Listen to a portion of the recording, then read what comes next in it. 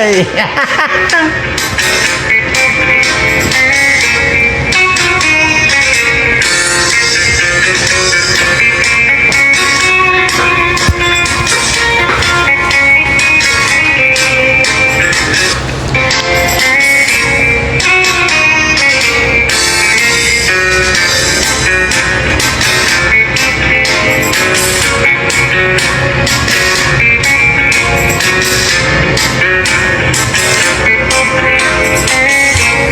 Ayan po, kung natatandaan po ninyo, doon po sa mga siguro, sa mga senior na yan, ang doon sa mga kabataan ngayon, wala po silang alam dyan ngayon. Doon po, kung inyo pong, baka hindi po ninyo alam ngayon, malalaman nyo, na ang unang nagtaraidor kay Ferdinand Marcos Sr., si Apo Lakay, walang iba po kundi Romualdez. Kung hindi po ako nagkakamali, ay kapatid po yan ni Imelda or pinsan ni Imelda. Hindi ko po sigurado yan, ano? Pero ang bottom line po dito, tinaraidor po ng Romualdez yan si Marcos na matanda. At ngayon, naulit lang po ang kasaysayan. Dahil isa na naman pong Romualdez ang tataraidor o nagtaraidor na dito kay Junior Marcos. Kaya magpapatayan po itong mga ito. Magpapatayan itong mga animal na ito.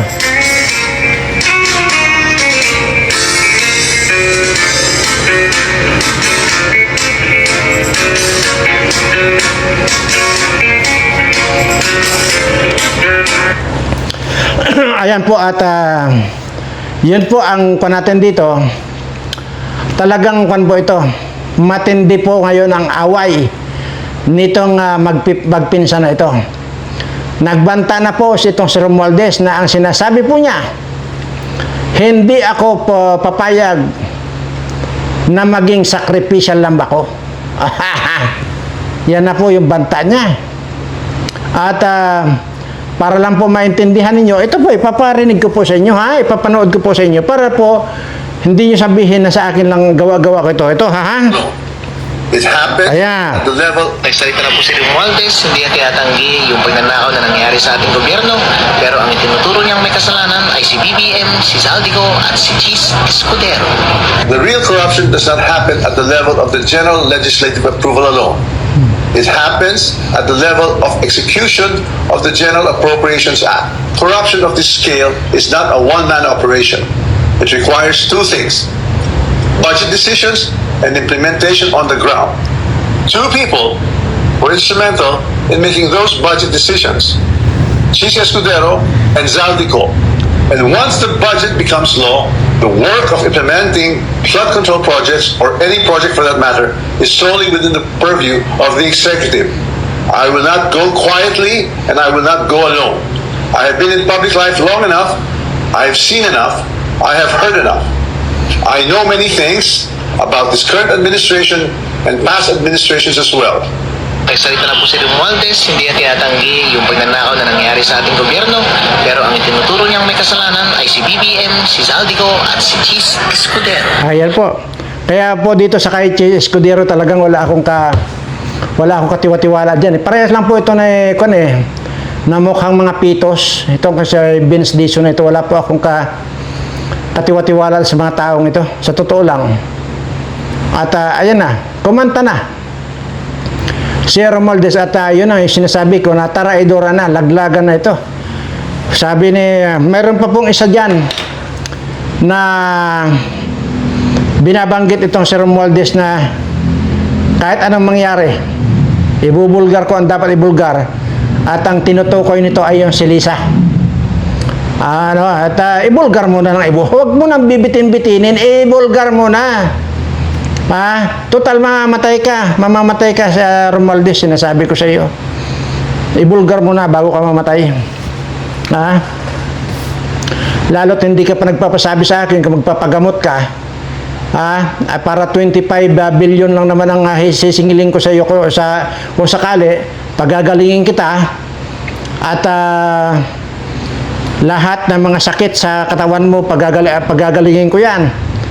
Maging yung hindi na makatayo ng mga pan mo, yung kargada mo, yung dinadala mo, hindi na makatayo. Pagka pinagaling kita, all in one yan, tatayo yan. Sinabi ko na yan sa inyo. Pagka tumayo yan, pag pinagaling kita, kahit pasabitan mo ng punong-puno ng kanin ng kaldero, hindi ba kwan yan? Wala ka pang pinapasabi sa akin kung willing ka magpagamot sa akin. 25 billion lang ang hinihingi ko at ito naman ay mapupunta dito sa mga kababayan ko, lalo na itong mga subscriber ko, mga taong Pilipino na pinahirapan ninyo dahil sa talamak na pagnanakaw ninyo na mga buwaka ng ina ninyo. Kaya sabi ko, magkakamatay kayong lahat. Maniwala kayo sa akin. Pero babalikan po natin yung usaping yan. At mayroon lang po akong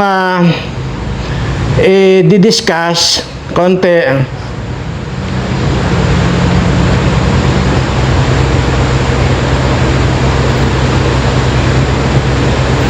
Naku po. Ito po. May nag-message sa akin na talagang nagsimula na yung laglagan. At ang dami raw hinukay ni Tambaloslos na mga ebidensya laban dito sa pinsan niya at saka dito kay Lisa. Anyway, sige, mamaya na po natin pag-usapan yan. At dito po muna ako sa mga nagtanong po na mga subscriber ko para po maibsan kahit pa paano yung kanilang dinadalang bigat sa kanilang isipan. Ika nga. Unahin po muna natin itong nagpadala ng message. Ano raw po ba yung yung gamot sa goiter? Ito po, marami po itong tatlong tanong po yata ito. Hindi ko na po papangalanan yung mga nag-message dito, kung ano raw po ang gamot sa goiter. Yan. Kasi daw po ay 400,000 daw po yung operasyon. Dahil nagtanong na raw po sila sa doktor. Ang sagot ko po sa inyo, pag yan po ay nag-form na at lalo't po't malaki na, hindi na po makukuha yan sa mga herbal natin. Wala na po, hindi ko na po mabibigyan kayo ng mga herbal para umimpis yung buko, lalo na kung matagal na po yan. At lalo na kung malaki na rin yung goiter na yan. Ngayon, ang sinasabi po ninyo ay 400,000 yung sinasabi ng doktor sa inyo na operasyon. Ay siguro po pwede po talaga yun na 400,000 kung dyan kayo pumunta sa Makati Medical, dyan sa Medical City, dyan sa St. Luke's, at kung saan pa yung mga mamahaling mga hospital. Pwede po talaga maging 400,000 po yung goiter na yan, Pero hindi nyo po naisip na mayroon po tayong PGH. Yan pong PGH na yun, baka hindi po ninyo alam, nandyan po yung mga dalubhasa ng mga doktor natin. Nandyan po sa PGH. At kung kayo po ay nagdududa dyan, huwag nyo pong pagdudahan yan dahil yung magagaling po nating mga doktor nandyan sa PGH. At katunayan, kung nandyan sila sa PGH, nagbibigay sila ng mga serbisyong magaan lang para sa pasyente. Pero ang totoo po niyan, yung iba ay nakakwan po sila, naka-align po sila sa mga sikat na hospital. Kagaya ng St. Luke's at saka yung mga Makati Med na yan. So, sigurado po ako, kung yung goiter na yan ay operasyon po, mga more or less, mga 5,000 lang po ang gagastusin nyo sa PGH. Magtanong po kayo.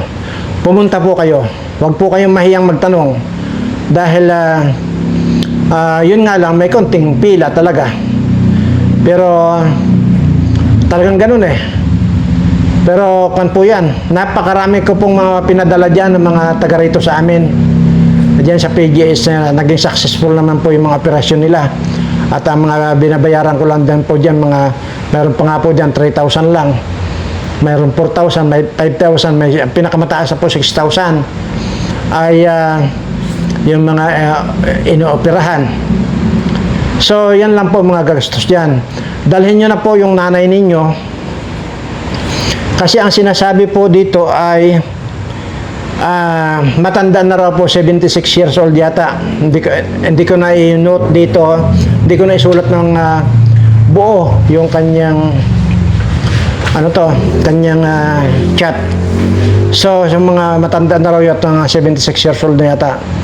So yun nga po, pwede pa po yan. Huwag po kayo mag-alala doon sa edad. Total wala naman pong kinalaman yung edad dyan sa goiter niya. Mura lang po yan. Kung ilan man kayo magkakapatid, di pag ambag-ambagan yun lang para maikon nyo naman, maiparamdam naman nyo sa inyong nanay na mahalaga siya sa inyo. Yun lang po. Sa pamamagitan yan, may padama ninyo sa inyong nanay na mahal nyo siya. Kisa ang tagal, palagay ko ito, sa tansya ko ito, matagal na itong sinasaper ng nanay ninyo. At wag na pong ipagkait yan kung 5,000 lang naman sa PGH ang operasyon. Wag na po ipagkait yan. I'm sure marami po kayo magkakapatid. Paghati-hatian nyo lang po yan. At yun po, para po mawala na rin po yung kanyang isipin diyan sa kanyang goiter na yan. At para kahit naman matanda, wag niyo pong sasabihin na matanda na siya ay wag nang paoperahan po ninyo. Dahil sa bagay na yan ay talagang may paramdam ninyo sa kanya na mahal niyo siya hanggang ngayon. Yun lang po. At related yan kung may oras pa tayo. At diyan po tungkol sa magulang, related po itong gusto kong mayroon akong hahagupitin mamaya kung may oras pa tayo. Ito yung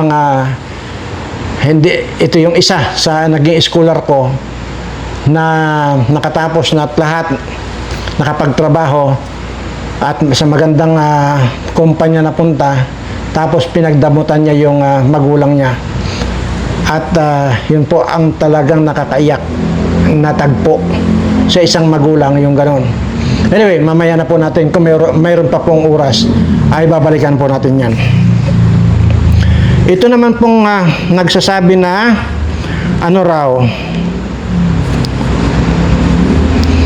mataas ang uric acid. Mataas daw po yung kanyang uric acid. Ay siguro ay baka naman dinadapaan mo na lahat yung mga papaitan o anong laman loob, mga atay, balon-balunan, mga ganyan. Yan po mataas daw ang kanyang uric acid. Bagoong, beer, yan. Yung mga red meat na yan, soft drinks. Yan po, baka dinadapaan mo yan. Sa aking pagtansya doon sa chat mo, ay malala na yung iyong taas ng uric acid mo. At yan ba ay hindi mo dapat binabaliwala yan dahil sisirain niya lahat ang organ sa katawan mo, lalo na yung kidney mo. So yung mga nabanggit ko na baka dinadapaan mo, soft drinks, beer o ano pang mga alak dyan, mga ihaw-ihaw na yan, mga dugo-dugo na yan, mga ulo ng manok, mga bituka ng manok, kung ano pang mga bituka, papaitan, baka yan ang binabakbakan mo. Ay ngayon, ang dami mo naman sinasabi, Mr. Birana. Ang tinatanong ko lang naman, baka may alam kang gamot para dyan. Mayroon po, marami po. Pero ang gamutan na po yan, doktor na po ang magsasabi, magre-resita. Bagamat mayroon po tayong alam na mga ganyan, ay wala po kahit nasabihin ko rito, doktor pa rin po ang magre-resita sa inyo. Hindi na po kaya ng mga herbal yan. Pero kung ngayon mo sisimulan, kasi parang tansya ko, matindi na yung kwan mo yung uric acid mo matindi na. Pero kahit pa paano, kung pagtsatsagaan mo, ay may habol pa naman. Kung pagtsatsagaan mo, pero aywan ko lang kung kaya mong gawin. Ito yung kwan Kaya ito yung halimbawa, kung gusto mo lang naman na yung bumaba yung kwan mo, yung uric acid mo. Wala ka nang kakainin na iba kundi yung mga talbos ng ito, nilista ko na nga rito para hindi ko makalimutan. Talbos ng kamote, okra, malunggay, saging, pipino, at saka itong pakwan. Lalo ngayon, tigpakwan ngayon. Yan ang papakin mo ng papakin. Pero, hindi ko pa rin po sigurado ito ngayon kung kaya pa niyang pababain. Dahil parang matindi na yata yung yung taas ng uric acid mo. Kaya mas maganda, 300 lang naman po ang consultation sa mga ordinaryong mga doktor. 300 lang po. Tapos yung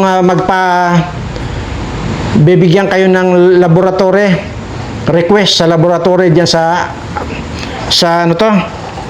uric acid. Siguro mga 200 din po ang bayad noon. Yun, para masiguro. Yun po ang gawin nyo. Tapos pagkatapos niyan, lumabas ang resulta, bibigyan po kayo ng doktor ng gamot para dyan sa pagbaba ng uric acid. Pero habang wala pa po, hindi pa kayo makapagpa-doktor at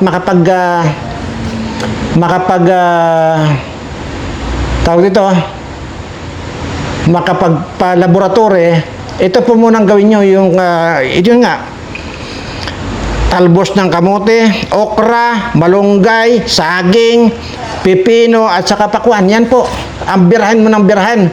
Huwag mo, kung maaring kaya mong, huwag mo nang kumain ng kanin. Huwag na munang kumain ng kanin. Birahin mo yung mga sinabi kong yan. Wala kang ipapalyaw. Kung nagugutom ko, birahin mo ng talbos ng kamote. Bakit ako? Ang tagal-tagal ko nang hindi ko makain ng kanin. Puro talbos lang ng kung ano-ano diyan. Bakit naman ito? Wala naman ako yan ng mga ganyan uric acid niyan. Nagkakaintindihan tayo ito, meron pang isa. Huli na po ito. May nag-text din po yung sa tulungan ko raw siya na makakita yung kanyang mata. Yung kanyang isang mata. Dahil ito raw po ay minsan nagsisibak daw po siya ng kahoy, ay tinamaan daw po yung kabilang mata niya. Hindi ko po alam kung dalawa ba itong sinasabi niya. Pero mata niya, siguro isa lang yon. At ang sinasabi ay papalitan na raw ng plastic na mata. So ibig sabihin po, base dito sa inyong chat sa akin ay wala na po, sira na po talaga yung inyong mata at wala na pong pag-asa. Wala na pong gamot talaga yun. At wala rin po akong maibibigay, may sasuggest sa inyong gamot doon kung yun po kung ang pagbabasihan ko lang po yung inyong chat, na sinasabi nyo ba ayon sa Dr. Kanyo ay papalitan na lang ng plastic na mata. So ibig sabihin artificial. So ibig sabihin po, wala na, sira na talaga yung mata ninyo. So wala na pong pag-asa talaga yon. Pero bakit nag-conclude yung doktor ninyo na palitan ng plastic na mata? Bakit ay samantalang mayroon pa pong paraan yan kung tutuusin? Yun nga lang ay medyo may katagalan at may kamahalan ito. Yung magpapa-implant po kayo at maghahanap po kayo ng donor na para palitan po ng totoong mata yung inyong mata kung sira na yan. Ayan, at ngayon po napaka-high-tech na po yung mga natin, mga kagamitan ngayon dito sa atin. Kayang-kaya po yan. So yun nga lang, mag-aantay kayo kung sino yung magdo-donate sa inyong mata. O di kaya pwede niyong bayaran, pwede niyong bilhin yung isang tao, di ba? Mayroon namang nagbibinta rito ng kwan. Nabalitaan niyo ba yung ano yun? Yung dati na usong-uso na nagbibinta ng yung Winawakwak yung buong tiyan. Ano ba yun? Kidney ba yun? Yun, may mga nagbibintang ganon. Yung mga talagang walang-wala rin sa walang-wala rin sa sa kabuhayan, ika nga. So baka mayroon po dyan magbinta ng mata, yun, at idalhin nyo po doon sa ophthalmologist ninyo para suriin nyo yung mata noon. Malay nyo, makuha nyo lang ng 5,000 yung makakausap ninyo, at lalo na kung kakilala ninyo. O di, yun na lang ang babayaran nyo yung pag-transplant. Di ba ba? So yun po ang masasuggest ko. At sabi ko mayroon pang paraan, hindi yung plastic na mata. So sana po ay nasagot ko yung inyong mga katanungan. At dahil pa po sa mayroon pa tayong, maiksin lang po yung time natin. So balikan po natin yung sinasabi kong scholar ko. At nagsimula po ito dito sa Goiter na ito na 76 na raw yung nanay nila, ay matanda na.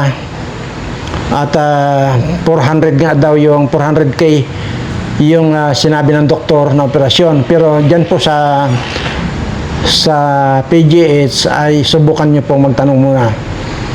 Sabi ko nga po, ipakita nyo dyan na mahal pa rin ninyo yung inyong magulang. Ano?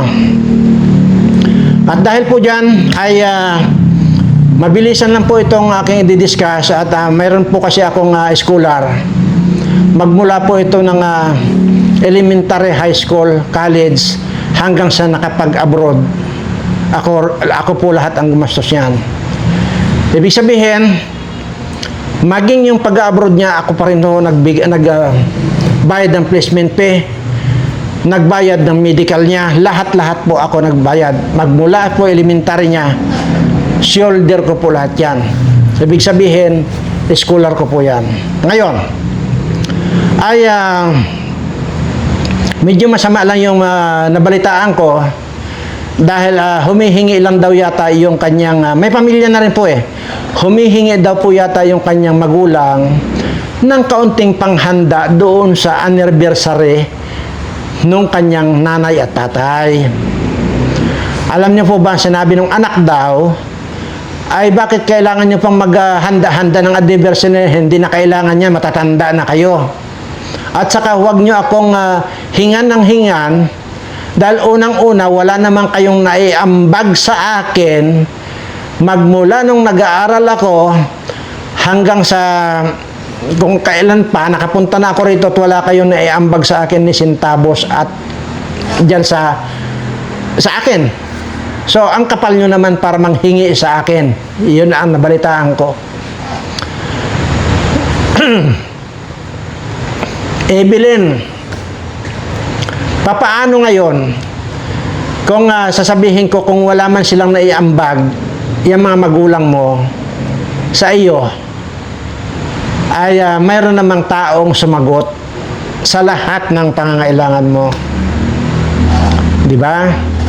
So doon pa lang ay sana ipinagpasalamat mo yon at hindi mo sana inasal sa magulang mo yung ganyang pambabastos. Okay? Ito lang masasabi ko sa iyo. Bakit? Sasabihin mong walang naiambag yung magulang mo sa iyo? Kaya mo binabastos ngayon? Yun ang hindi mo alam na bastos ka.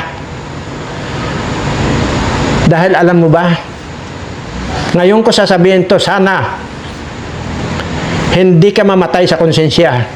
Ito sasabihin ko. Kung yun ang pagkakaalam mo na walang ambag yung nanay at tatay mo, diyan ka nagkakamali. Dahil ito ang totoo. Noong ikaw, napakabata mo pa, balik-balik sa akin yung nanay at tatay mo, na ang sinasabi sa akin, Sir, baka naman pwede mong isama itong anak ko sa mga scholar mo.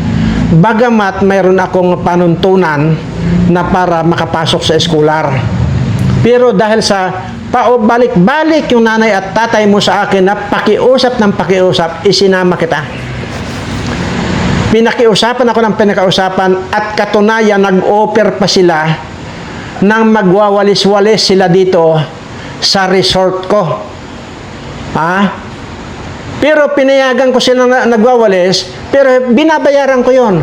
Hindi, pero ang kanila, ang isip nila, hindi sila magpapabayad dahil nga nakapasok pa sa akin na maging scholar. Ginagawa nila yan na nagwawalis ka dito sa resort.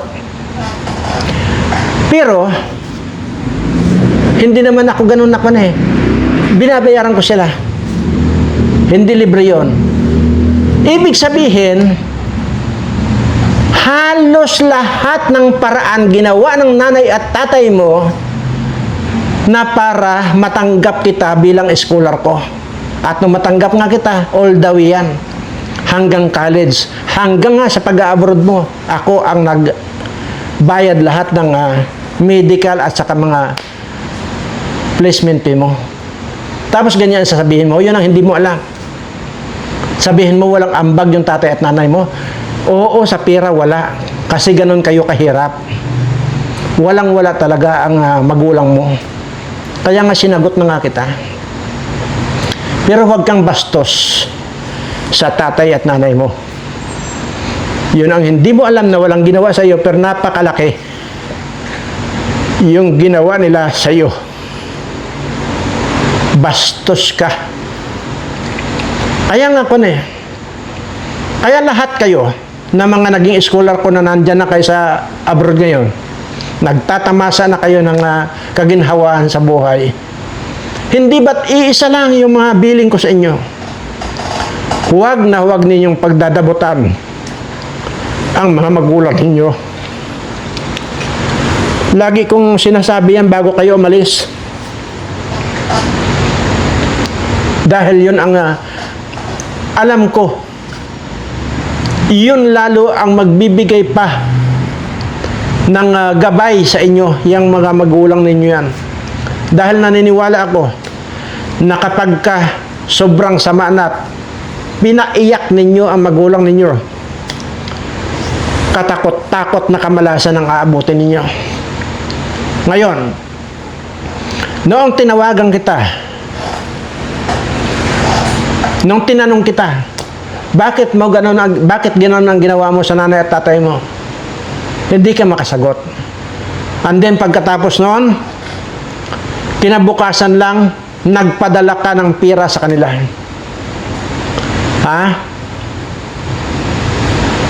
Hindi ba't bumalik sa iyo?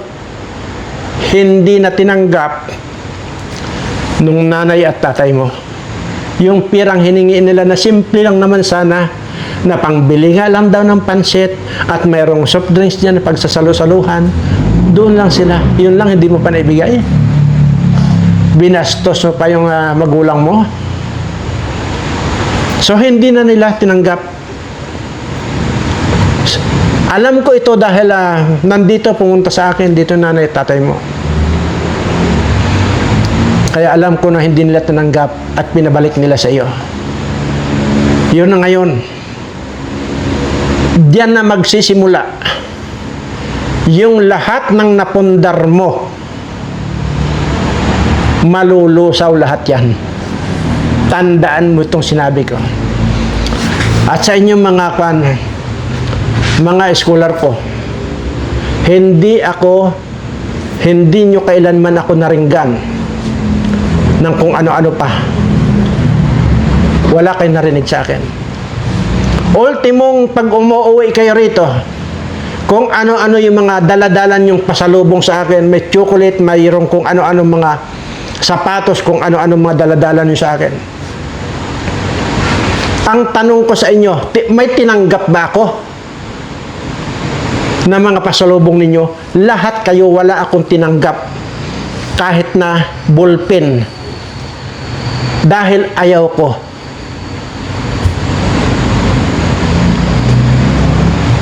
Pero ang sinasabi ninyo, parang pagtanaw ng utang na loob sa akin, hindi ako nangangailangan ng tanawin nyo ako ng utang na loob sa ginawa ko sa inyo.